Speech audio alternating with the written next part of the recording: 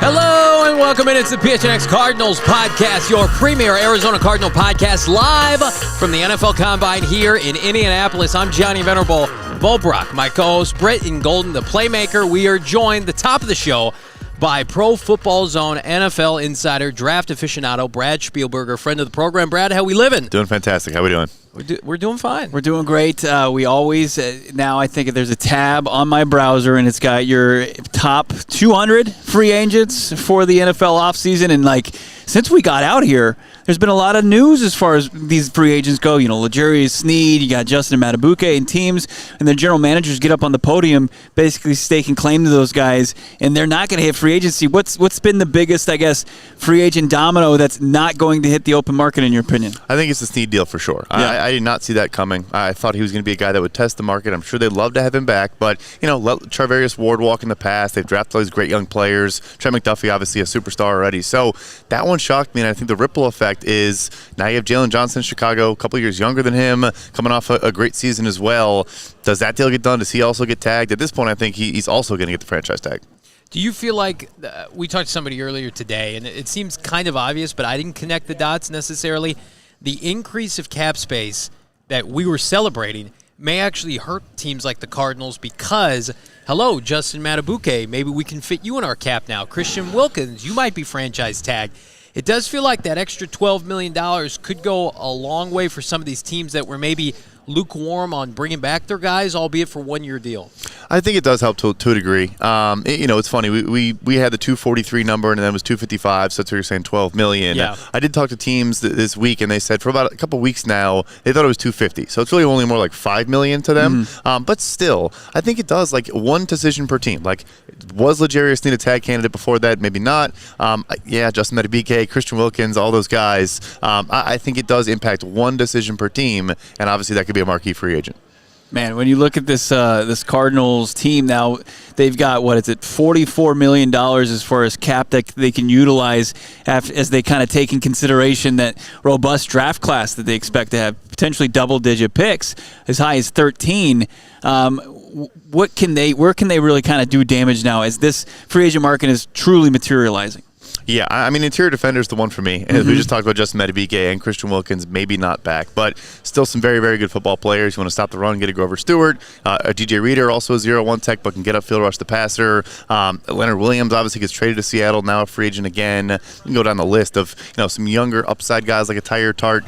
Spent time in Tennessee with Monty, so obviously left Tennessee in an unceremonious fashion. So who knows? Sheldon Rankins, etc. I think beefing up that interior matches what they need, and there's a lot of good players there.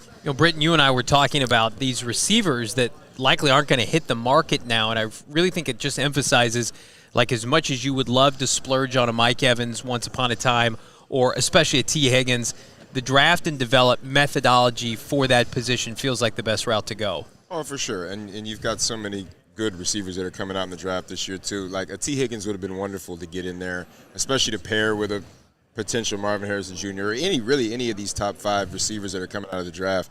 I think they would pair well together. But as you guys alluded to, the new cap, all the money that they're getting extra there, it's allowing teams to be like, now I can afford that guy. I can keep him here without having to break the bank immediately. So I mean, it's a big draft class, receiver wise, interior D lineman wise, edge rusher guys, and offensive line. So, I mean, I think, like you said, getting a young guy, being able to develop him in your program early and young, I think it's the route to go right now. You brought up – I'm sorry, Bo. You brought up offensive line. I do want to ask you because we feel like pretty confident the Cards are going to sign a high-profile left guard. We don't have it sourced yet as to who that's going to be. But, like, would you consider Robert Hunt the top guard available? Is he poised to leave Miami? Because it sounds like the Patriots are going to keep their guy, at least that's what their GM said. Yeah, Mike Almanu, yeah. So I do think Robert Hunt, he's my number one guard available. Kevin Dotson as well. Don't know if he's quite the good fit with Drew Petzing, but there's a lot of pieces there. So if you were thinking left guard, I like Damian Lewis a lot in Seattle. He's a good football player. I'm blanking now. Jonah Jackson, Detroit, very good football player. Yep. There's a lot, and those guys are both left guards particularly. So that's a good splash. I like that move. Yeah, Jackson, familiarity with Dave Sears now, their assistant general manager, who was part of that rebuild where they had success. That's a name that I remember people kind of pointing out to us. As we start to kind of look at this draft class, and there's a report from The Athletic today that the Patriots are, quote, leaning heavy towards drafting a quarterback. And if you got Harris, the new owner for the Washington Commanders, sitting in on all quarterback interviews, and they're really emphasizing the quarterback position.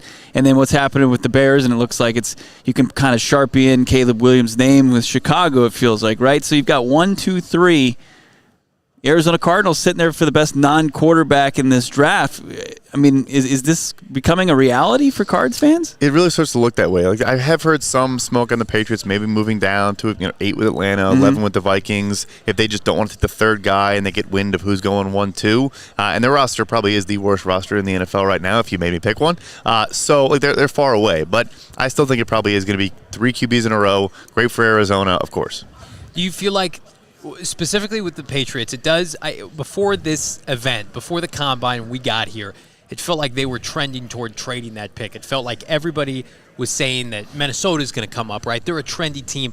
Do you think they've just kind of been reacclimated to, why are we trading down if everybody wants a quarterback? Don't you think it's better for roster construction to have this guy, like reports are they're going to sign a veteran and maybe, like, quote-unquote, sacrifice the vet for 1 year and go through those rigors and let a rookie sit?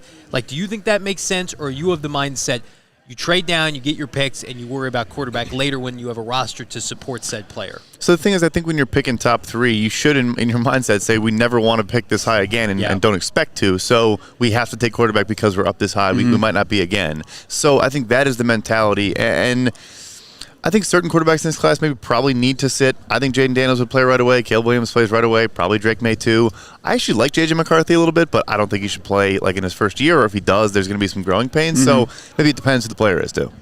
When you're navigating these combine waters and you hear a prospect, does anybody like ring Cardinals to you? Is anybody like that guy? It just makes sense. Let's just see him in the red and the white. Yeah, so we're obviously talking, tackle versus receiver at 4 is going to be this big conversation, and everyone's going to say how deep the receiver class is. To me, there's some awesome offensive linemen that could be there at 27 too. Yeah. I think Troy Fatanu at Washington played left tackle. I think he's viewed as a guard in the NFL, but he is so much fun in the run game at the second level. I mean, is looking to drive guys into the dirt on every single snap. Like, I think he'd be a lot of fun. You and I were talking off air, I think earlier this week, about the market, or maybe not so much for Hollywood Brown.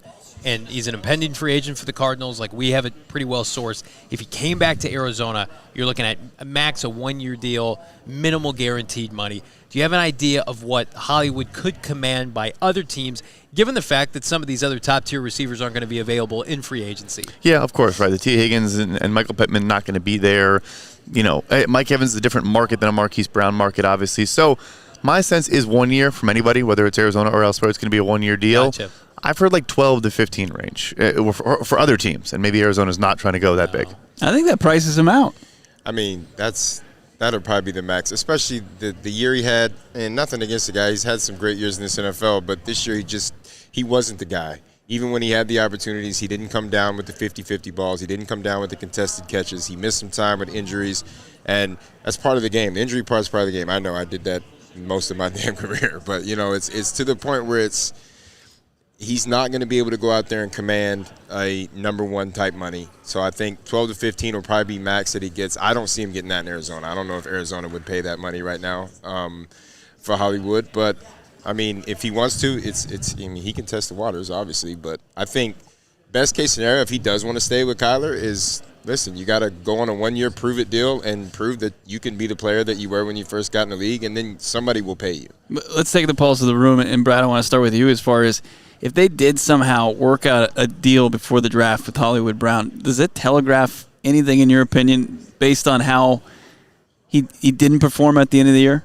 No, to me, he's a clear move, Z receiver. Like, it's not impacting what you're thinking it for. Yeah. Our guy Marv. I've been pushing the Marv, the Marv train. No, I think you need multiple receivers, too. I like Michael Wilson a lot. Thought he had a great rookie year. But again, I think he's a piece of a trio of receivers in that scenario.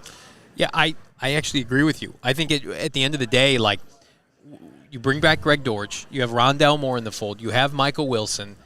I think any inclusion of Hollywood Brown is a little bit of a red flag. Now, I know it would only be on a one-year deal, but I would think that would signal maybe a tackle trade back in the top 10, and then you go developmental receiver at 27 or 35 and say, okay, Hollywood's going to hold it down. It's got to be big. Because you got a real small receiver room outside of Michael Wilson. Well, yeah. Who do you project to be one of those fringe first-round receivers that could potentially fall if the Cardinals aren't able to nab MHJ at 4? Yeah, I think a Troy Franklin out of Oregon could be down there. A little bit skinny, but he's tall. If you're looking for some height. Yeah. Brian Thomas Jr. I think goes earlier than that at this point. Keon Coleman's a fascinating one. His range seems enormous. Early in the year, he was top 10. Now he's not going in any first-round mock draft. So I think he's going to test extremely well if he does test this week. So, yeah, the couple of those names right there. We asked you, and we gave you a little bit of a heads up on this. Speaking of telegraphed, we've been out here for a week. It feels like an eternity at points in the Combine. Have you heard – what's the worst draft take you've heard so far? The worst draft take for me probably would be, look – I love the Heisman season. It was one of the greatest seasons we've ever seen. There's no denying that. I know it's an Arizona podcast, so I apologize to the Sun Devil fans. No, I think that they would appreciate this and probably agree with you. Yeah, like Jaden Daniels should be a top 10 pick. He should not be the first overall pick in the draft. Respectfully. How do you think this is going to go down with Justin Because people had him over Williams. Sorry, over Caleb, right? It seems that way. Yeah. Who had him over Williams? It doesn't matter. Okay. We'll talk off air. Sure. That's pretty shocking. And I love Jaden Daniels. Let's talk about Caleb Williams, his counterpart, and the timeline here. Like I would have thought by now Justin Fields would have been dealt, but then you go back to last year, Brad, and the trade down for the Bears with Carolina didn't happen until right after the Combine. I'll have you hedge your bet. Vegas thinks it's Atlanta. Trade seems imminent. Is there any other team that makes sense to you that you feel like could be a sleeper for Justin Fields? I still think Pittsburgh makes a ton of sense. They need some competition in that quarterback room. I know Mike Tomlin would absolutely love Justin Fields, who is the person and the player. I'll give you a sleeper, too, that I think is under the radar interesting is Seattle.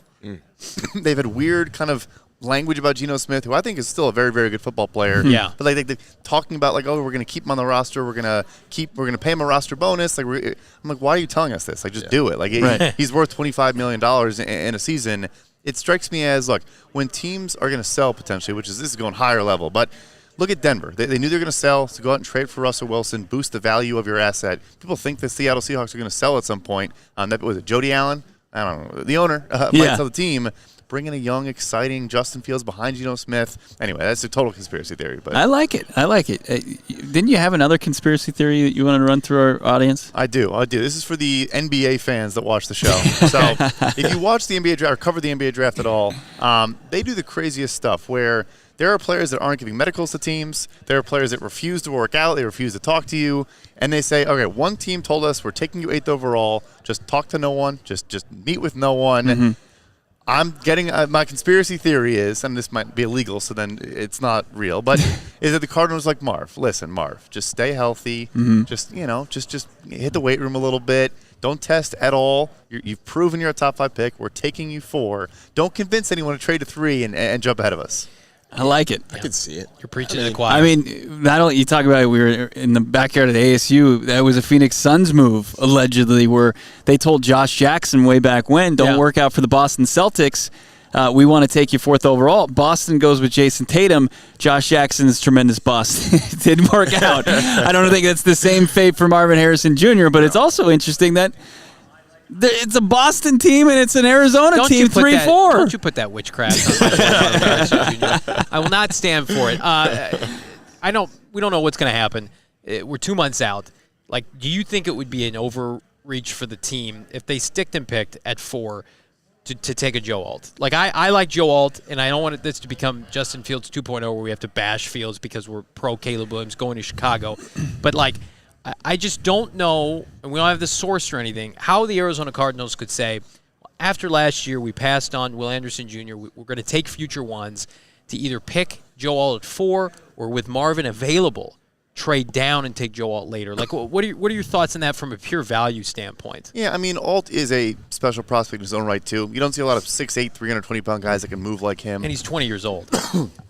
Sorry. Yeah, young player, too. I think the upside there is enormous. Like, already pretty good technique and mirrors well, and he has a good punch. He could probably get better, heavier in the hands. But it would be it wouldn't be exciting, but I think it could be a good long-term building piece. Let's get you out on this, and this is, I believe, your final interview. We're honored that you would do that here at Pro Football or the NFL Combine Radio Row.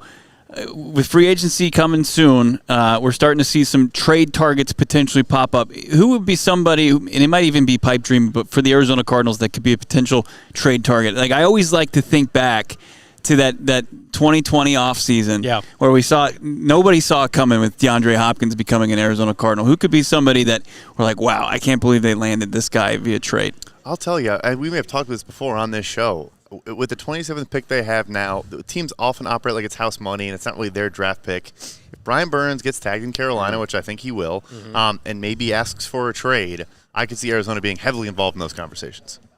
The extension with that's key, though. I mean, what he's asking for, $30 million? Yeah, he'd be asking for 30 plus in Arizona. But, they need edge pretty badly, need defensive line help, and I think it could be a good matchup. Yeah, it'd be money. Brad's money for PFF. Check out his work at Pro Football Focus, NFL Draft Insider, Brad Spielberger. Can't wait to connect with you during free agency, my guy. Absolutely. Safe travels. Thank you. Yeah, man. Thanks, Brad. Unbelievable stuff.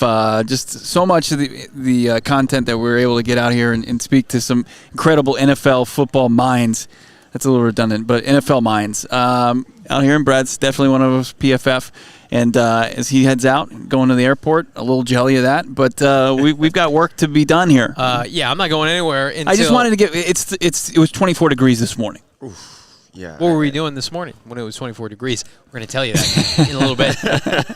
I'm not ready to go home until the job is done, and the job is not done for you or I, especially if you haven't dabbled with our friends at BetMGM. There's a job to be done for fun. Bet 5, get 150 instantly. If you're a new customer with BetMGM, welcome. And what's taking you so long? NBA season in the home stretch. Obviously, college basketball. Did you dabble on ASU last night to cover? Did they end up covering last night, Shane? They didn't cover. So U of A, they won. I think they were minus 11.5. I couldn't remember. It was 18. You didn't know the Lakers came back last night. There was a lot happening. A lot to process. The Lakers came back? Yeah, they came back and won. LeBron had 19 in the fourth quarter. Listen, everybody would know that if you're on BetMGM right now and you're dabbling. Live odds right now. You can dabble with BetMGM. Bonus code's PHNX, folks. $5 if you're a new customer. You're going to get $150 in bonus bets instantly. You don't have to wait. You can place your bet. You get your winnings regardless of the outcome of your wager. Take those $150. Do what you please, but do it responsibly with our friends at BetMGM. Go to BetMGM.com, download it in your iOS, Android device, whatever you want to do it with BetMGM. And you want to check out the show notes for full details. Listen to my guy Damon Dog talk about it in the disclaimer. Yellow promo code 1-800-GAMBLER. Available in the U.S. Call 877-8-HOPE-NY or text HOPE-NY 467-369 New York. Call 1-800-327-5050 Massachusetts. 21 plus to wager. Please gamble responsibly. Call 1-800-NEXT-STEP Arizona. 1-800-BETS-OFF Iowa. 1-800-270-7117 for confidential help Michigan. 1-800-981-0023 Puerto Rico in partnership with Kansas Crossing Casino and Hotel. Visit BetMGM.com for terms. This promotional offer is not available in New York, Nevada, Ontario, or Puerto Rico. If you get with BetMGM, you're going to be a big-time winner. Use that code PHNX. Also, you're a big winner if you are having fun with our friends, our partners over at OG's Brands, Arizona's Cannabis Kitchen. That's another reason to want to get back to the desert and the valley. OG's Brands, you can find them in the local dispensaries all around the valley. They launched 2 new products in the new year. They've got the Big OG's. It's a gigantic, perforated, big giant gummy with 100 milligrams of THC, where you can just take off a 10 milligram slice, or you can just go as hard as you want in the paint with some gummies from OG's Brands. Whatever experience you're looking for, OG's is going to provide that to you. Check out their full product line, ogsbrands.com. Follow them on your socials as well, at OG's Brands. Got to be 21 years or older, and as I said, you can find them in your local dispensaries all around the valley. Love this super chat from my guy Deuce, $2. Deuce, friend of the program, staple of PHNX Cardinals. I love these guys, the 3 amigos repping the Cards. Thank you so much, Deuce, for the generous donation. Thank you to everybody, by the way, over the past 12 to 24 hours that has become a part, officially, of the PHNX Cardinals, PHNX Sports family by becoming a diehard. That's right. And there's no better time to become a diehard. You were mentioning to me off air. A little bit of discount going on right now. That's right. It's it's a leap year, so there's a 29th day in February. We're doing 29% off a year membership by becoming a PHNX diehard at gophnx.com. Yeah, there's no better time to do that. We're going to tell you why in just a little bit. But, again, you become a diehard. Free hat and or shirt every single year. That's for you right now for free. Shipped to your home. And we do ship overseas. Want to welcome a couple of our new diehards overseas this morning. It's a banner time. Tom. Daniel. That's right. Crushing Welcome. It. Yeah, welcome. Absolutely. Welcome, everybody in the chat. Like this video, by the way. Still plenty to dive into, but I do want to do a little bit of a debrief as it relates to this report out of New England, where we're getting a little bit of clarity as it relates to what the Patriots, Brittan, want to do with the quarterback position. And I do think it's funny. Like, you can trade back and get picks and do what you want to do and build out your roster, and that's great. Are you trading back at some point for picks to be spent by another general manager if you fudge up the quarterback position? This is from The Athletic's Jeff Howell. There's a strong sense around the NFL, and we've been hearing this as well, that the Patriots are heavily leaning in the direction of drafting a quarterback with the 3rd overall pick per sources. What do you make of that, Brittan? I mean, I think it's a good decision. I mean, not necessarily canceling out the fact that you could still go get a veteran presence, right? I think it's a good decision to try to plan for the future, try to find – this is a quarterback-heavy draft. We've talked about it for the last 3 days and even before that. But I think going out, and if you have that opportunity at 3 to get you a quarterback that can actually take your franchise and help your franchise, whether it be immediately or a year down the road, right? That was my point. And still, you can still dabble in the veteran quarterback market and have a Drake May or whoever's available at 3. You know, have them sit a year, learn a little bit for a year, and then push them into the fold, kind of like Pat Mahomes did, and guys like that who got that opportunity to sit back. And we saw, I mean, there's probably never going to be another Pat, let's just be honest with ourselves. But he had that opportunity to sit and learn from an Alex Smith, from a veteran quarterback who played the game at a high level, and see how he maneuvers and how he operates. So I think quarterback for the Patriots is a great move. It's a great pick. They should go after it. But like I said, don't rule out them continuing to go after a veteran quarterback in free agency. This is how the Buffalo Bills attacked getting their franchise quarterback, right? They had Tyrod Taylor on the roster, and then they drafted Josh Allen, and Allen who was viewed as raw as they come as a prospect. Everybody loved the skill set like the other two, the next 2 quarterbacks in this draft, even 3 if you include J.J. McCarthy, beyond Caleb Williams. I think that they're very, very raw, and the idea of drafting them and then starting them right away is very dangerous and can create some bad habits potentially right out of the gate, especially when you hear Brad say, hey, man, this is the least talented roster in the NFL as far as the offensive line goes, as far as the skill positions goes.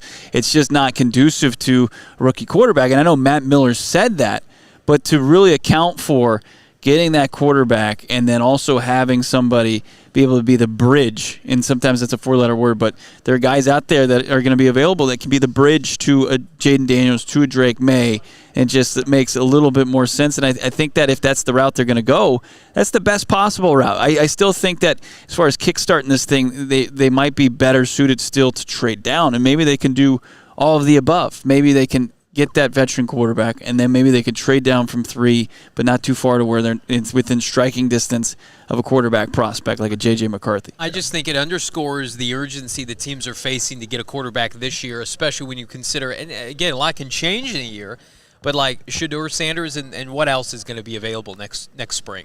I think this was the QB class we heard about upwards of the last 2 or 3 years. Hey, Caleb Williams and Drake May, plus now you have Jaden Daniels entering the fold, and J.J. McCarthy, a lot of people think is firmly in the top 10, maybe higher.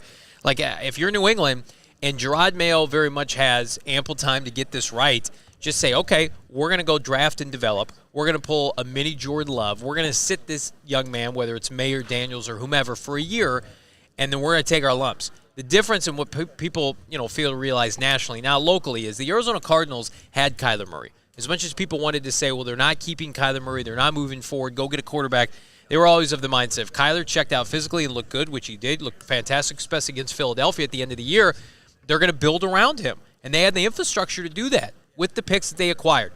The Patriots, to me, if you don't take a quarterback at 3, and you're going into the season with Jacoby Brissett or a bridge quarterback like that, I still have the mindset They're not getting Kirk Cousins, in my opinion, Russell Wilson. Like, if those moves don't happen, I like the idea of them going out and getting a stopgap veteran. Like Sam Darnold or something? Yeah, well, just like a Brissett or somebody like that. Just go and try to win games with the roster that you have, very much like the Cardinals, and develop young players. And then you've got an ace in the hole with a drafted and developed quarterback that you can unleash in October, November, December, and then fully in 2025 when you have 2 draft classes to support him, Brittan, and 2 free agency periods. I'm sure they're talking themselves into, we can trade down, and that's great.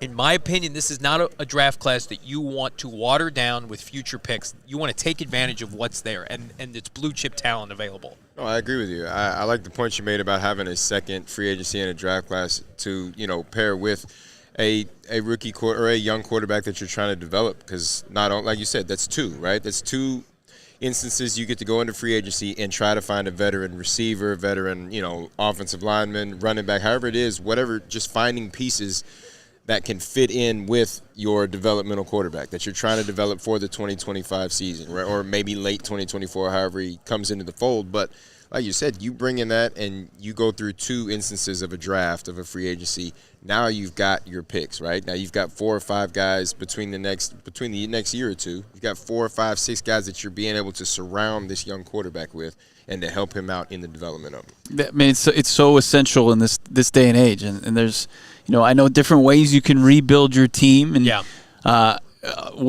all signs point to, and it's something that we've been pounding the table for, is it would just be reckless for New England at 3 to take a wide receiver. I don't care, how good he is. They just don't have the luxury of doing that. That would just be a bit organizational malpractice. Yeah, and that's why it's not going to happen. But what will happen now as a result at pick 4, we feel like we have a pretty good idea, but the aforementioned, is it Jeff Lowe of The Athletic? Mm-hmm. He is questioning what's going to happen at pick 4. In fact, he's actually stating the opposite. In a subsequent tweet, on top of that, Jeff Howell, based off combine intel, and he emphasizes it's still a long way to go, early mock draft would be Bears, Caleb, Commanders, Drake May, which we differ with. I think Jaden Daniels would go second. Patriots go Jaden Daniels in this scenario. And then, this is the interesting part that people are running with, gentlemen. Cardinals will be open for business with a team looking to move up to number 4. Now, again, we have been of the mindset that if Marvin Harrison Jr. is there, they're going to take him. I still believe that. I also believe that Jaden Daniels or Drake May is your meal ticket if you're going to trade down if MHJ is not available. J.J. McCarthy, to me, unless a team gets desperate, unless it's the Giants and it's a midi trade down, that does not make a lot of sense. I just feel like this fan base, we got a long way to go, would be up in arms if you said, you know what, we're going to take an extra second-round pick to move back with the Giants, and we're going to go offensive tackle or a Malik Neighbors, and we're going to pass on a guy that you are being gifted both 3rd overall, or 4th overall. I don't think with a team, and I know you're just using them as an example, the Giants at 6 or the Falcons at 8. Yeah. That you would be able to kind of bleed that out as much as you would want, even with the quarterback tax. Well, we also know, the Cardinals like a top tackle in this draft. Mm-hmm. And so if you're trying to target that tackle, if you trade down past those spots, respectfully, he's going to be gone. Yeah, he's gone. So it's like, you're damned if you do, you're damned if you don't. Yeah, and with it being phrased as they're open to, the criteria that they would be open to negotiating with, I think, is minuscule. Yeah. Mm-hmm. So you're going to hamper it. Again, Denver Broncos call you. Pat Surtain and 2 1s and a couple 2s. Yeah, we're open for everything. What does it benefit the Cardinals? And, Bo, we talked about this off air. For Jeff Howell to know or understand that the Cardinals want to take Marvin Harrison Jr.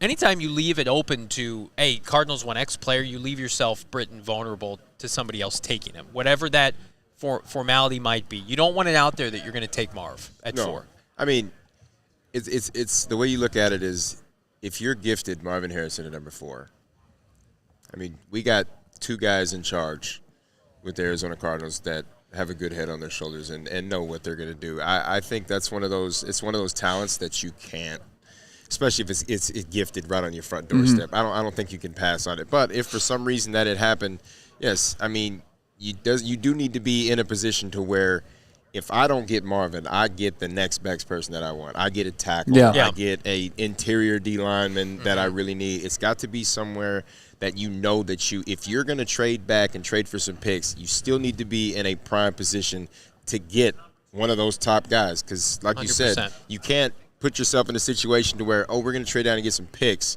Hey, we did that last year. We're going to trade out and get some picks to miss out on all of this early talent. You can trade out from 27. You can trade out from Easily. 35. 35 is essentially a first-round pick. It is. You're picking 35th overall. It's a first-round pick. Yeah. You're in great position. Everybody loves this class, and I get it, and you want to have as many future firsts as you want. Next year's class, everybody remember what it looked like for the Arizona Cardinals in 2021 when Zaven Collins was selected and the lack of talent that was suddenly available? That can happen any year. We see it now with Houston, pick 27. For a team that feels like they had a lot of work to be done, but close to contention and relevancy, being able to check a bunch of boxes, maybe every damn near box with Marvin Harrison Jr., and then having every other option available to you, I'm going to tell you right now, I can't see it. Maybe in 2 months I'll feel differently. Still confident it's going to be Harrison at 4. Yeah. We got a bunch of super chats we want to get to. Everybody crushing it in the chat, and I'll do it because I know we don't have our guy Damon on the headset. So looks like Deuce is our first one, $2 super chat. That's right. So we got that. I love these guys. The three amigos repping the cards. Thank you, Deuce. How about Jared Reese? We hit that. A $5 super chat with the cap space in 25 and 26. Only McBride to extend. Would Budda, JC, James Conner be open to 1 to 2 year extension? That's interesting. I mean, I think that both of those guys would, at this point in their career and where as they go into the final year of their respective deals, would be open to signing another lucrative deal, get the bag one last time. Budda? He's 28. He'll be 29. I think he'll be 29 at the end of the deal. At the end of the deal, he'll be 29. See, that's the only thing because he'll be as long as he'll be under 30 when his contract's over, right? He's 28 right now. So and he's got how many? 2 left. When's his birthday, Johnny? His birthday. You're right. So Bo's correct. So he's gonna be 28 during. Okay, shut up. I wasn't thinking. Shocker. I wasn't. Right. Oh no, he's wrong about something. He was wrong today about one thing. I'll give him that. But I see that. What was I wrong about? I say about you'll know soon. One thing I say about Budda is, especially with signing a 1 or 2 year extension, I don't see that happening. Right, because he's still be under 30. I think he's still on. He would be still. Like I say, he's under 30. He's still on pace to get a 3-4. He could still get a 3 or 4 year deal for some big money at that age. If he was on the other side of 30, I think the 1 or 2 extension would make a little bit more sense. But listen. I know how this game works. Yeah. When you hit 30 in the NFL, God forbid you're a 50-year-old in real life. You know, listen. You hear it every year. There's an announcer that goes, "Here comes so and so. He's 32 years old. He's the oldest skill player in the NFL, right?" And it's I think there's a far superior chance that James Conner is on this team in 2025 than Budda Baker. I would agree there. Jalen Thompson under contract, cheaper, younger, maybe more productive. I think James Conner's game, with a complement of a rookie or Michael Carter or both, is going to age well. Power backs age well. He has never been the guy, really outside of this year, that has gotten the large bulk of the carries. Even in his Pro Bowl season a couple years ago, he was with Chase Edmonds, and it was a nice little tandem. I think James Conner, you could say, hey, James, contract expiring. Let's assume he has another great year in 2024. Here's like $12 million. You want to come back next year? Here's what? Not 12 look what million. they did. What? Look what they did with Larry. I mean, Larry Fitzgerald played the last 5-6 years of his career in Arizona, all on 1 year. deals. But that was 10, 1 year for they 12, had 1 to year for they 11. had to give him those blank checks. It's like we had nothing going on. Like, I understand that, but I mean, he started getting those in 2014, 2015. Their offense is so run dominant, and if he's productive, he averaged 5 yards. 12. All right, not 12, 8. Well, he won't incentives. get 12. Well, I mean, and you got to look at the market right now too. I mean, we had Saquon and all those guys that were, scratching and clawing to get $10 million. But they want multi-year deals. Well, I understand you can go that, year but with James. You can go year to year just because of where James is in his career. I just don't. It's eminent, but I just don't think. They love him. Look, I mean, JG said before the end of the season that he's the blueprint. And if anybody's going to buck some trends as far as hitting 29, 30 at the running back position where the shelf life is a lot, younger than that, it's going to be James because of how he takes care of himself. Now, of course, he misses time every year, but at the same time, he's still cashed in 1,000 yards rushing this year, and was is rock solid in the red zone and around the goal line. But you have to, like, Fitz was the exception, right? Yeah, and I just Fitz don't. is the exception in a lot of categories. Yeah. So it's tough. Like, as far as I know there's a lot of love from the coaching staff and the locker room, but as far as the true decision maker, like, you could see James on the roster at that point. I just think that they will start to be gearing towards with their eye to the future as far as that position. Not a problem. And that's, like, with all due respect. Right. I just don't think, like I said, Budda will be on the right side of 30 when he finishes his contract. And Budda's got a lot, as if he chooses to, however long he chooses to continue playing, he's got a lot of good years of a lot of good football left. He does. He takes care of himself tremendously off the field, and he plays with a fire on the field. And any team out here, if the Arizona Cardinals came on Budda's contract and said, listen, we're not going to give you a 3 or 4 year deal, there is going to be 31 teams out there that are going to say, let's have a conversation. Let's have a conversation about a 3 or 4 year deal. It was like you saw your ex-teammate last night, Antoine Bethea, and he aged exceptionally well from his time in Indianapolis and in San Francisco and then eventually in Arizona.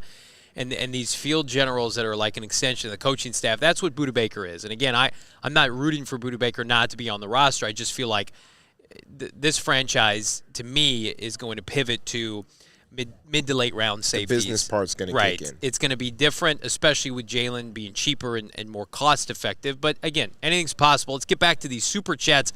How about topic 64? This came across my screen. $4.99. Mike Evans, Chase Young, and the Cards per AZ Central. I would go the complete opposite of what AZ Central is saying. I don't see Mike. One, you're going to have to pay Mike Evans some money. You're looking at a guy that's gone 10 straight years. Yeah. With 1,000 yards receiving. However you want to, put it, oh, he had this, oh, he had that, oh, he did this. Mike Evans is a very elite wide receiver even in year 10. And there's going to be a money issue that's going to be commanded from that. And if you go out there and try to get a Mike Evans, right, and try to pair it with the number 4 pick with a Marvin Harrison Jr., I mean, it would be amazing, right? If you could swing that and the cap, it wouldn't hurt your cap and you could still have money to place in other positions, understandable. But I think if you go after Mike Evans, you're gonna have to lose a lot of your cap space, and you're gonna have to lose out on other positions. If they did that, everything I just said about the players we were just talking about is null and void. Like, if they go and they give Mike Evans after 30, $20+ million to play, like that's not.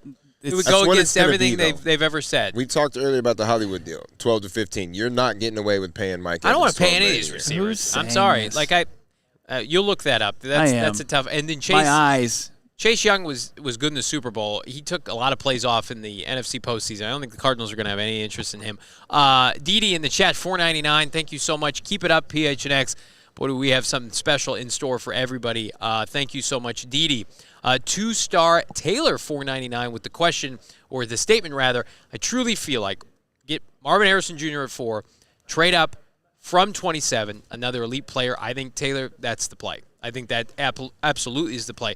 When you see the talent that's going to be on display that we've had a chance to connect with over the last few days, it's going to be working out at the combine, whether it's a tackle, whether it's a defensive lineman, whether it's an edge rusher. I happen to think it needs to be a tackle. You need to go up and maneuver and get your guy. Give up a third-rounder, whether it's yours or the Titans or maybe Houston's, and be aggressive. Aggressive wins. And if you feel like there's a guy, after you, assuming you take MHJ, that can come in and play left tackle, can be the heir apparent to DJ Humphries that you can lock in, as we talked about, 5-year deal with that 5th-year option, you need to go do that. But again, maybe they feel confident enough that this draft is so loaded, like we've outlined, Brittan, it can come to them, but to me, that's the play. Then you have 35 the next day, the top of the second round. You can do whatever you want with. Yeah, no, agreed. And like you said, if you have the opportunity to trade from 27, you have the opportunity to trade down, whether you lose that and a third-round pick. I think that's a great move you could do, a good decision to go after. I mean, especially if there's a guy on the board that you really want. Now, if it's a guy that you like and you can find somebody that's kind of the same at 27, I think you stay there. But if there's a guy on the board, like, it won't happen, but God forbid it was a Byron Murphy on the board at 20, right? 20, 22, I think you have to just, whatever it takes, even if you have to give up that 35th, the 35th pick, with whatever you do, I think that's a guy that you go that can immediately be disruptive on the defensive line and make you a better football team. I have no issue taking 27 and 35 and going up if you want to be aggressive. Yeah, I have no issue with that at all. With that. This is who has predicted Mike Evans, Chase Young to the Arizona Cardinals, and AZ Central has highlighted it. Corey Woodruff of For the Win, USA Today, he's a longtime journalist, SB Nation's The Falcoholic, so he's covering the Falcons, the Nashville Scene. Oh, he's just ready for Mike to be out of the Nashville Post. He's also, this is the capper, a Rotten Tomatoes approved film critic. That's not even a believable movie. Like you get, that is. You know what that I is heard? rotten. Listen, I heard It's rotten. Hey, hang on. Those free agents are rotten, Corey. I heard Corey liked Madam Web. So that to me, he gave Madam Web a positive review on Rotten Tomatoes. Was the Cliff Kingsbury era of Cardinals football the Madam Web of Unfortunately, NFL I have teams? to say that was What is Madam was Web? Steve Wilkes one year. Steve Wilkes? What's Madam Web? It's a Sony. That's a conversation off air. Okay. Ben, the Cardinals fan, It's $1.99. a Sidney Sweeney vehicle. Is that what we say? There wasn't enough Sidney Sweeney apparently. Audric Estime, who is the Notre Dame running back, Ben, the Cardinal fan, saying that that's who the Cardinals want to get. I'd have no problem with that. Big physical player, has been a good player for the Irish. That's that sweet spot, right? At the end of the third round, or maybe even pick 105 at the top of the fourth round. Something tells me, though, and I'm a big homer for running backs. I love the position. It's one of my favorite in the NFL. This is not a great running back class. There's not the moxie or the mojo. Damon Dogg's shaking his head. He agrees with that. I think the way the team has told us privately, Michael Carter Jr. is going to be a factor for them. Fit in seamlessly after that acquisition. Of course, got the rookie undrafted free agent last year. That was fantastic. I think they're going to take it back at some point. It might not be until the later rounds, and I'm okay with that because I think you're going to have so much effing talent in these top 4 rounds plus. Yeah. I almost am at the point where I'm like, I'm okay with that. Well, I think you have to be okay with what you saw out of Michael Carter at the end of the season. I mean, he was the perfect 1-2 punch to James Conner. Yeah. I mean, he had a couple key runs. One, that ridiculous jump cut, who was the Eagles, that he made, broke some tackle in the middle and pushed out. But Michael Carter was a premier running back with the Jets. Yeah. Before Breece Hall showed up, That's right. And so I think people kind of forget that he's still young. Yeah. He's still in the prime of his running back career. So I mean, what he did at the end of the season should give everybody hope that we don't need to worry about a running back in the top 3-4 rounds. Yeah, I was reading on azcentral.com that they highlighted a writer that thinks the Arizona Cardinals, and this writer's credentials is Good Housekeeping and other publications like that. He believes that the Cardinals are going to take a running back in the first round. That's no shot. No shot. There's no shot.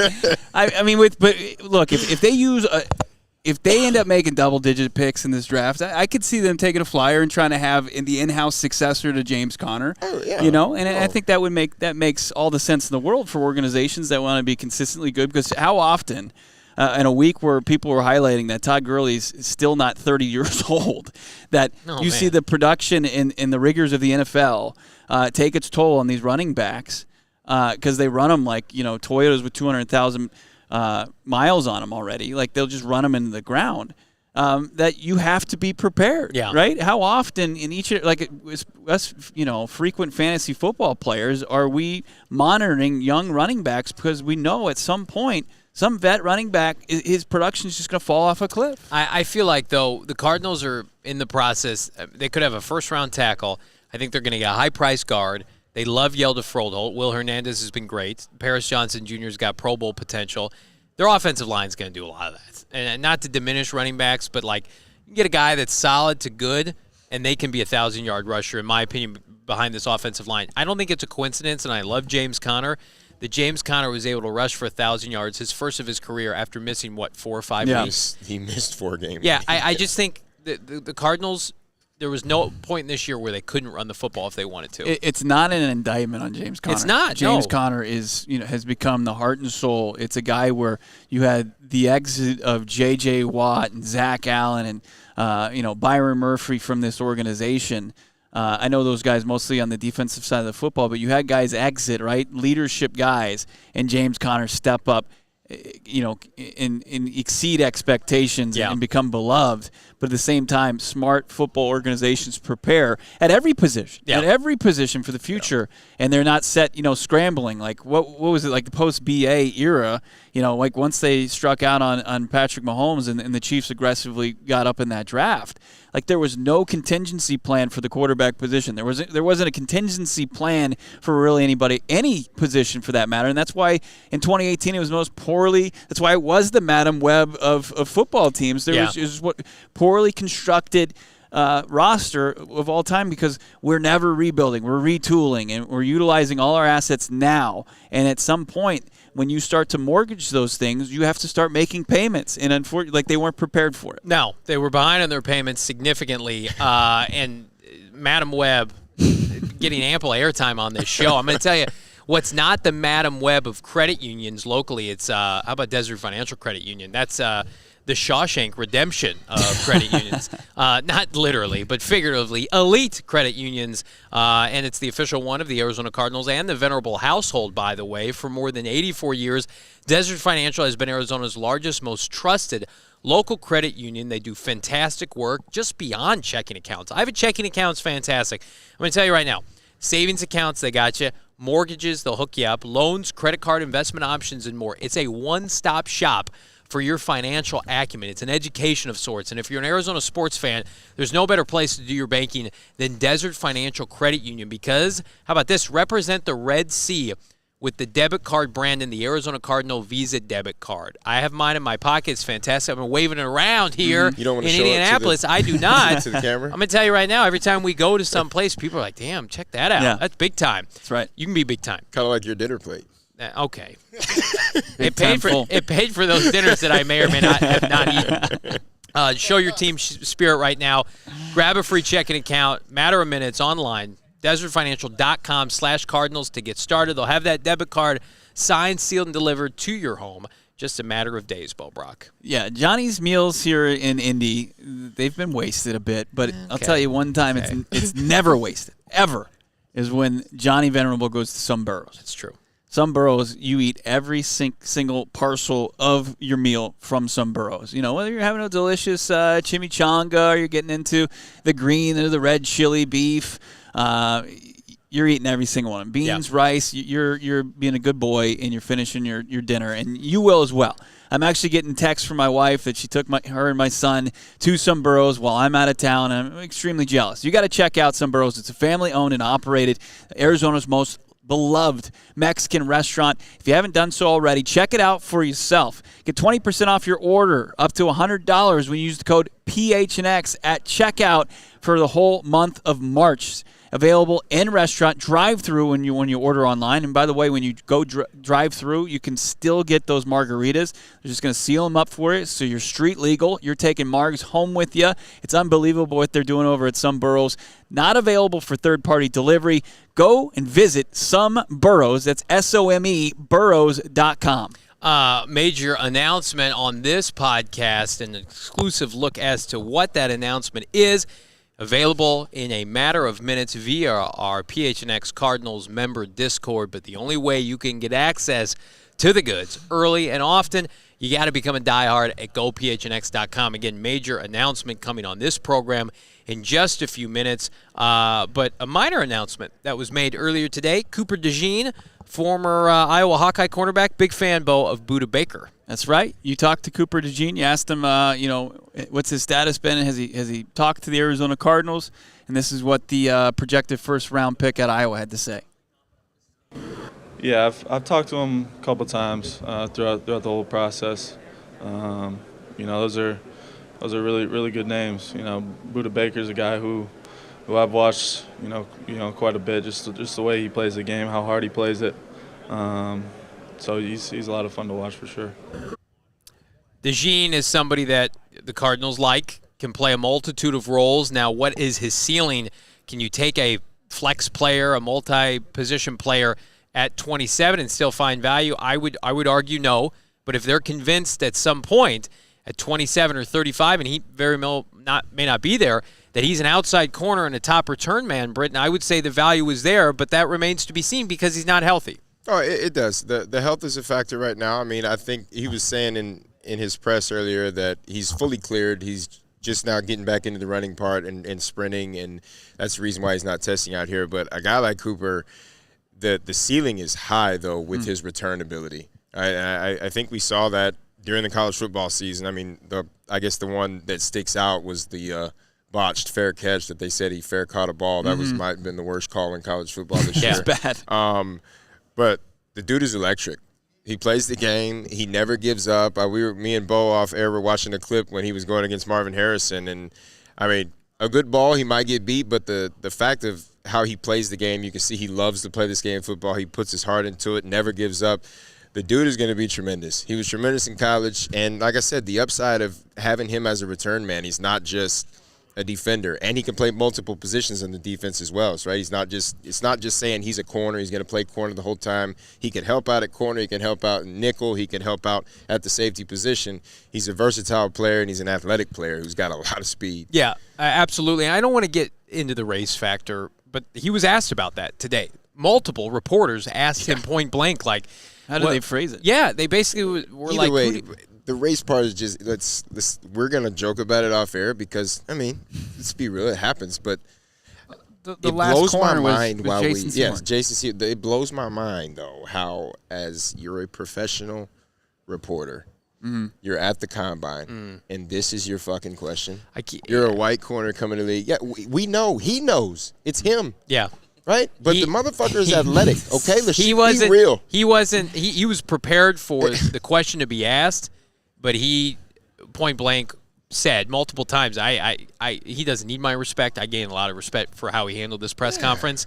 Basically said, I just want to play football. And he said, I can play a bunch of positions. I can alluded to being able to play inside, outside, safety, what have you.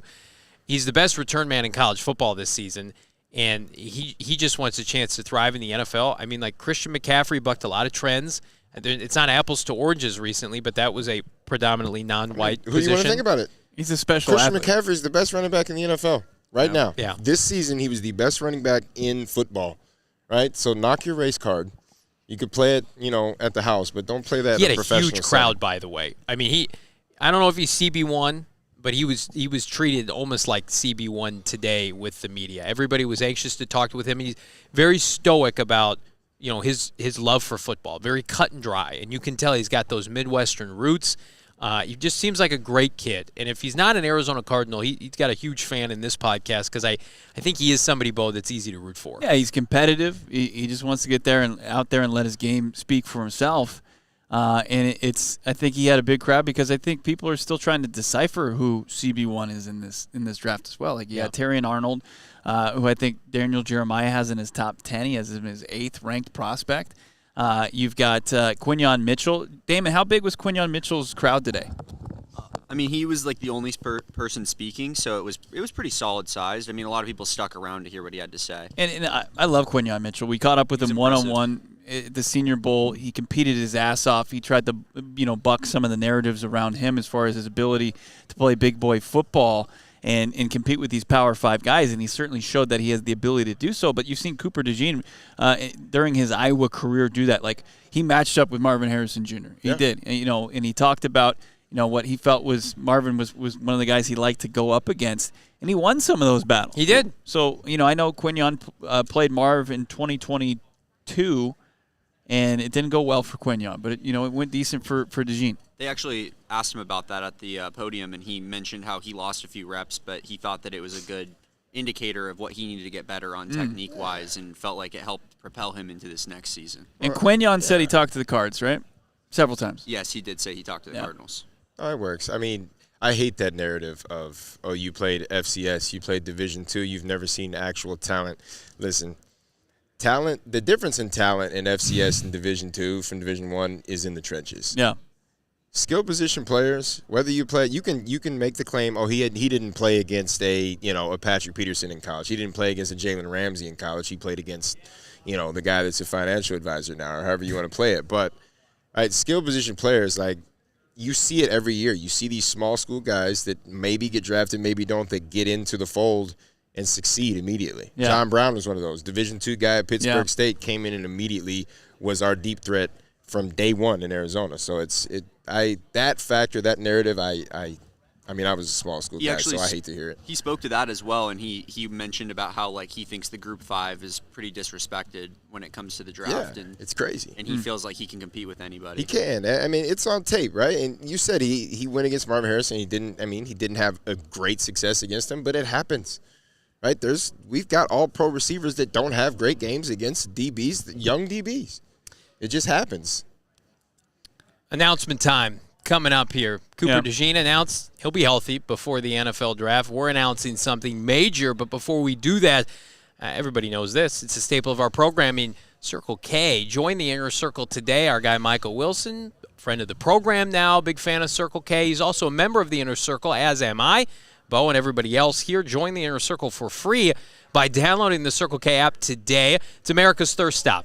You want free gas? Well, that's tough, but you can get 25 cents per gallon your first 5 fill-ups. That's going to help exponentially. Plus, you're going to save 3 cents per gallon every single day after the fact. And speaking of free, get every free 6 free selection on Circle K products like pizza, coffee, ice-cold fountain drinks, and more. Again, join the Inner Circle for free by downloading the Circle K app today. Terms and conditions apply at participating locations. Visit CircleK.com for more details. And while you're at Circle K, pick up a couple Arizona lottery tickets. It's so simple, right? You're not going to break the bank. Actually, you might add a few more pennies, dollars to your bank account. And check out the newest promotion from Arizona Lottery. You've got the Arizona Adventure Lottery tickets. The unique new ticket promotion gives you 3 ways to win. Of course, you got your traditional scratch off, and you can get those with 3 iconic landscapes here in our great state: Picacho Peak, Monument Valley, Camelback Mountain. Tickets, you can win prizes with those up to $50,000. Also, you can check in geolocated adventures, 10 destinations across the state, from Flagstaff to Yuma, down to the old Pueblo in Tucson. You can check out all these 10 different ones out there, and you can win cash up to $1 million in Arizona travel prizes. Also, you can check in on their website, azadventural.com, for details and directions. Arizona Lottery is not just about playing games. It's about winning prizes. That's the name of the game. It's also about giving back to the state and its communities. Visit azadventure.com for more information on how you can take an adventure and for a chance to win $1 million in cash in Arizona travel prizes. We had an adventure today. We did. Adventurous day for this banner program, your premier Arizona Cardinal podcast. Phenomenal week here of coverage. It continues tomorrow. We talked to Marvin Harrison Jr. in the morning, as well as many other wide receiver prospects. But today, Bo, we talked to somebody else. We did. Are we saying who? Are we allowed to say who? No, we're not saying no. who. Oh, my God. The plan changes. Here's what the plan is for you. Yeah. If you We're want, on the same page. Yes. We're scrambling. Here's what I'm going to tell you. The member Discord is getting the info right now, which is fantastic. It is exclusive to the member Discord. You have to be a PHNX Sports diehard. You just want to give everything away. I do. I thought I was going to be able to give it away for free, That's but right. you know what? I am faithful to the Discord. You are. And I want the diehards to have it first. And the diehards right now are getting it, and you're getting 29% off your diehard membership if you're signing up right now. We're going to put the link in the chat. It's exclusive to the Discord until it's not, but it's exclusive right now. And we're telling folks exponentially, keep it in the Discord, keep it in-house. We have a major interview on this show upcoming. It is in-depth, it is long-formed, and it is the best insight that anybody is going to have with this individual. You will not want to miss it. If you want the inside look at what's going down, you have to sign up to become a part of the PHNX Sports diehard family. Do not miss it, gentlemen. Yeah, you've already missed out on so much during this week at the Combine. You'll continue to miss out as we do get even bigger, not bigger, but other interviews, like you said, with Marvin Harrison, and we'll be dropping a lot of that content in the exclusive member Discord. Damon, we got a couple more Super Chats to get to here. We do. We have one more. It's from Lou T, $4.99 Super Chat, and he says, Braylon Allen would have been the perfect redshirting candidate to take over for Connor. Tough runner, massive, Big Ten tested. I'm a big fan. Are you taking him at 90 or 105? I mean, that's going to be you're going to be passing on other guys, in my opinion, that could be worth a higher pick. I love a good splurge on a running back. Here's what I think. the longer I've been around these prospects, and you guys can clean me up, keep me honest, the more I'm like, not all these guys are going in the first round or the second round. And we had a good conversation with somebody today about premium positions. Running back isn't a premium position, and James Conner looks really good, and so does Michael Carter. I think get a little frosting on top with the running back position, a little icing on the cake. Your cake right now is pretty damn hollow. They have no defensive lineman of note outside of Dante Stills and potentially Jonathan Ledbetter. Like, to me, it's like the value, if Allen's available, is fourth round and beyond. To me, it's like anything top 100, Brittan. I want D linemen, I want offensive linemen, I want receivers, I want cornerbacks. I agree. I think those are the main positions that we have to focus on. I mean, just watching last year's tape, right? Those are the main spots that we needed help at. And I think if you can address all 4 of those positions early in the draft, I think it helps you later in the draft to where you can go after guys that you like, guys that you can get for a little bit cheaper price tag that can still come in and help you out immediately. It was I'm starting to see as the workouts have started here in Indy, some of the big boys, some beef getting down the 40-yard dash. All 366 pounds of Tavondre Sweat. It's electric. It's an electric video. How fast He was like 5. He was over 5. Yeah, he was over but 5. He's 366 pounds. He was the NFL did Patrick Mahomes dirty by doing like the split. Oh no! But Tavondre was behind here. But I'm starting to. I don't know if they've got a true time on this. It was like 5.13 or 5.33. Tavondre 5.27 Okay, at 366 pounds. He wears it well. He wears 366 well? Yeah, that's not knocking him. But I mean, here are some of the top runners. Okay. Somebody who we saw out last night where we ate dinner at Kilroy's, Braden Fiskey from Florida State. He ran a 4.78. he was at Kilroy's last night? Yes. I hope he didn't eat the nachos. A guy who talked to the Cardinals and Brandon Dolores, he ran a 4.85. Okay. And Dolores said that he was that he's willing to play any position. He's getting a lot of questions about where he wants to play, DE, interior. So Dolores, part of that Fiesta Bowl winning Ducks team. Byron Murphy, isn't that special? This is the freak show. 4.87. Byron How Murphy much does the Byron second. Murphy weigh?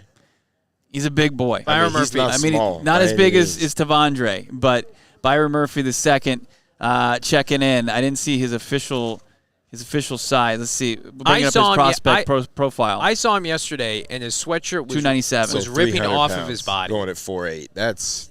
It's like Hercules playing defensive line. It's exactly what the Cardinals need.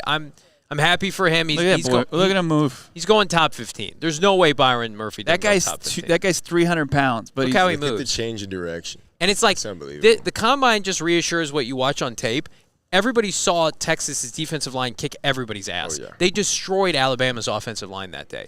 Like, they made Alabama look immensely uncomfortable. The only better defensive line you could argue was Michigan. And by the way, Chris Jenkins, 4.91. I mean, these defensive linemen These breaking are 5. Interior linemen, It's too. that's scary.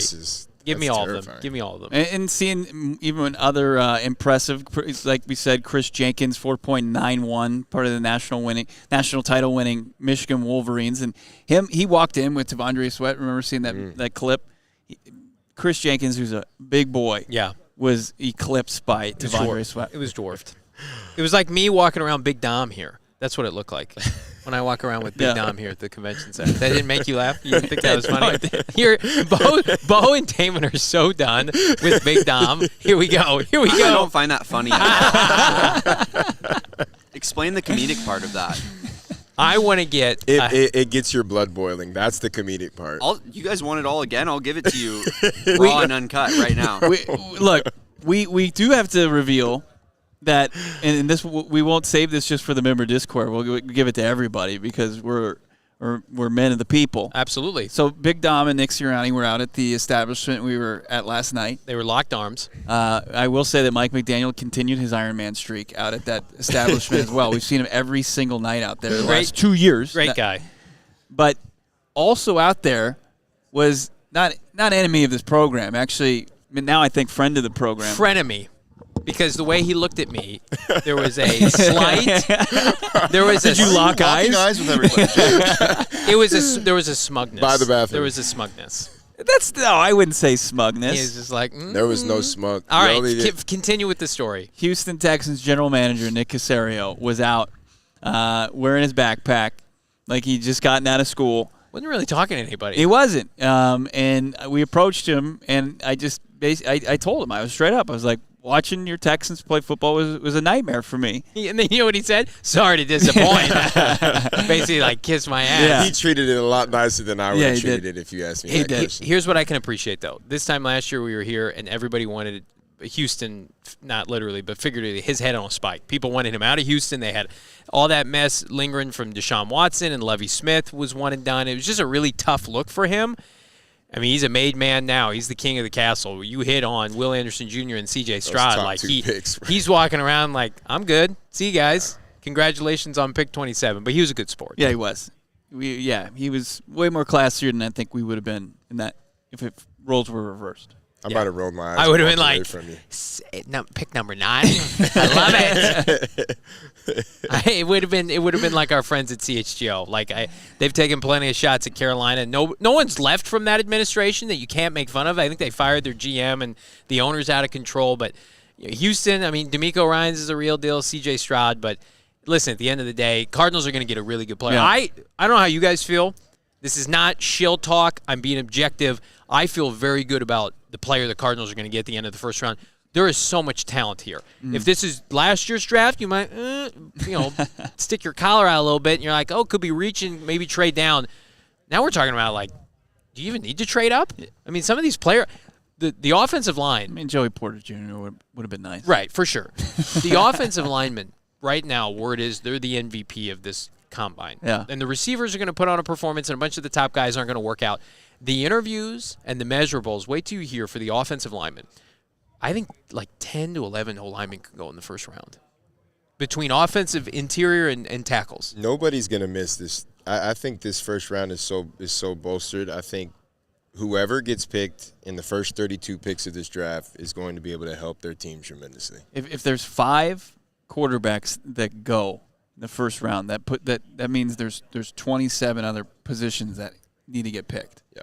The Arizona Cardinals have 2 picks within the top 27, right? So just quick math, doing the maths here. Yeah. And with up to 25 first-round graded prospects that we've seen, give or take here, but 25 is one of the numbers I heard this week. The Arizona Cardinals are going to get a legit surefire first-rounder at 27 if they just stick and pick. I do want to say this, that the announcement we made in the member Discord, Giselle, her response is screaming, crying, throwing up. That's the type of response our That's what we're looking for, baby. That's what we want. Hey, you're so overcome with joy, you're crying, tears of joy, and you're vomiting, and I love that. Vomit, though. That's I do want to give one other small piece of information. You better. No. He's not going to be. He's going to ruin it. He's going to check in with the boss. He's going to spoil it. He's going to be. He's Tom Holland. He's Spider-Man. He's Tom Holland right now. He's going to ruin it. Don't get on the mic, Johnny. Yeah, I'm going to say this is my show. It's our show. The interview is long formed. It is not a flash in the pan, cheap, whatever. You sign up and you get nothing.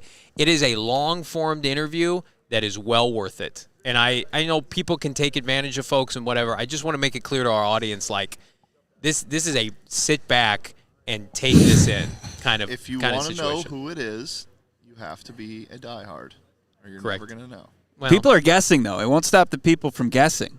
But we're not going to give you the answer. I want to get through some of these guesses. Giordano. Somebody said Isaiah Simmons. Giordano, Shane is over here watching Johnny like. No, Johnny's it's sticking his important hand in for the me. cookie Like jar. if people are sitting back and saying, I don't know if I want to become a diehard. First of all, you definitely should. It's fantastic. And I don't want like a cheap pop going on, for a flash in the pan. See, Damon Dog, unequivocally the best piece of content we've ever produced Correct. here Wow. at Nice PHNX word. Cardinals. That was a Or great I word. think it's the best thing we've ever done at PHNX Sports, but I'm biased. I mean, Johnny's going to take full credit. It's his show. We're just here Johnny's helping. show. Yeah. We're just living in it. Thank you. Yes, of Deuce course. saying word is that Keim is the special interview. Steve Keim? All right, fine. I'll tell everybody. It was Big Dom. We got a one-on-one with Big Dom. He punched Damon. It was amazing. If Keim was on this show, we would, number one, we'd be demonetized on YouTube, and number two, we would lose half of our subscribers. So, Lou T, my show. I'm dead. Oh, man. I just say that kind of stuff to mess with Bo. Johnny's He a knows that. diva. This is the week to do it, though. This is the week to be a diva. Because you know what? You have to walk around, or otherwise you'll get stiffed by certain potential interviewees that happen before the show that we will not share on this podcast. But not everybody says Florio. Yes. Somebody guessed Florio.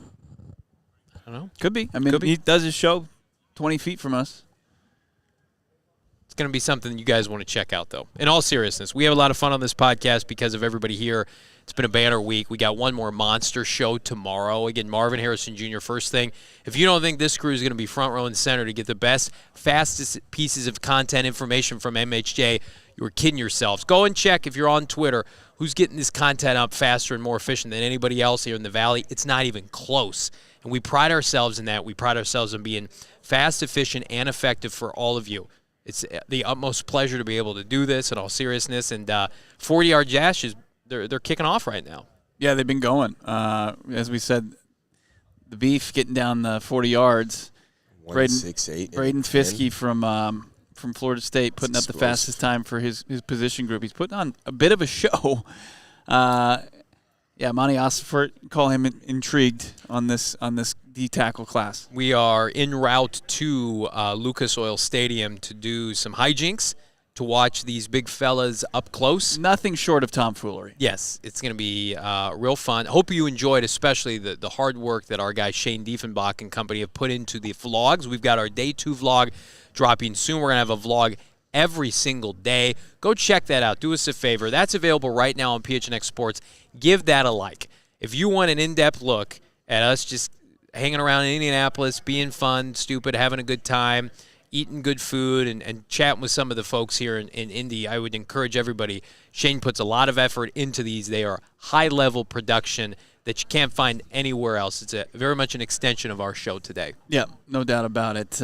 Still have the ability to get in there and see who the special guest is. Dude saying $2 super chat. When Johnny says podium, he means urinal. Here's what I will say. That this year, unfortunately, or maybe fortunately for the prospects, they have not been going to the bathroom that the media is using. That's been unfortunate. I would say that they have somehow remedied that. We used to have the bench press right next to us, and then everybody would kind of make a beeline.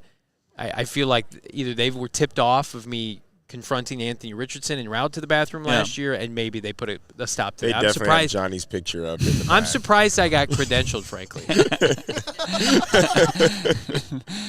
You wouldn't be like the worst person they credentialed out here. That's sure. Definitely for sure. We know that unequivocally.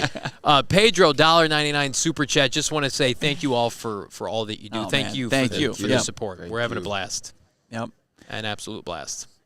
So we got some. We're gonna see how we work out today at Lucas Oil, and then one more dinner, one more sleep, and then one huge show, and back to the Valley of the Sun. We're still to the heat, baby. Back to some sun. This 24 degrees is not gonna cut it for the boy. Nope. It is unbelievable. Like this city of Indianapolis, you don't have to step outside if you don't want to, though. Our guy Shane was running. He was running point yesterday. He navigated us back to our hotel. Only because of the True Point man let me run point. Thanks, Bo. You're welcome. And then Johnny let me because it's his show. Oh God. Well, it's not even just his show. He's now the GM. Saul actually appointed him that. Oh this morning. damn! Yep. I didn't know that. Congrats, man. Yeah, you've all been fired. Like this show, subscribe to PHNX Sports here on YouTube. Emphasizing the amount of content in the Discord. Check it out now, and especially here on PHNX Sports. See all the content, the videos, the shorts, the long-formed interviews. We've got pressers, full pressers that you can't find anywhere else. JG, Austin Ford and Company. Check out everything here, one-stop shop, and especially en route for tomorrow's show, it's going to be a special start time, likely in the morning. So ring that bell. You get notifications when this show goes I think 11. Live. I think 11 is. Did you get that confirmed with our friends? Nothing confirmed, but okay. Be ready around 11 to pop up the YouTube page. And if you can't watch live, it'll exist, of course, on PHNX Sports YouTube page forever and ever. One final plug right now. Get in. Use the link in the description. Use it in the chat. Go and sign up to become a member, part of the member Discord, a diehard at gophnx.com. I promise you're going to love today's announcement, and then you're just going to love being a diehard after today. You're going to love the merch that you get for free, the access that you get for free, the events. Everything is at gophnx.com. In all seriousness, it's a pleasure to do this with my co-hosts on our show It's a collective effort. We appreciate everybody, the support. Brittan, Bo, don't laugh at that. I'm just happy to be That was here sweet. with you, It's Johnny. genuine. That's sweet, yeah. You don't mean that. Shane, my guy Damon Dog, we've had fun. We got one more show from Indianapolis. Keep it locked in. We'll see you tomorrow. We all silly like the mayor.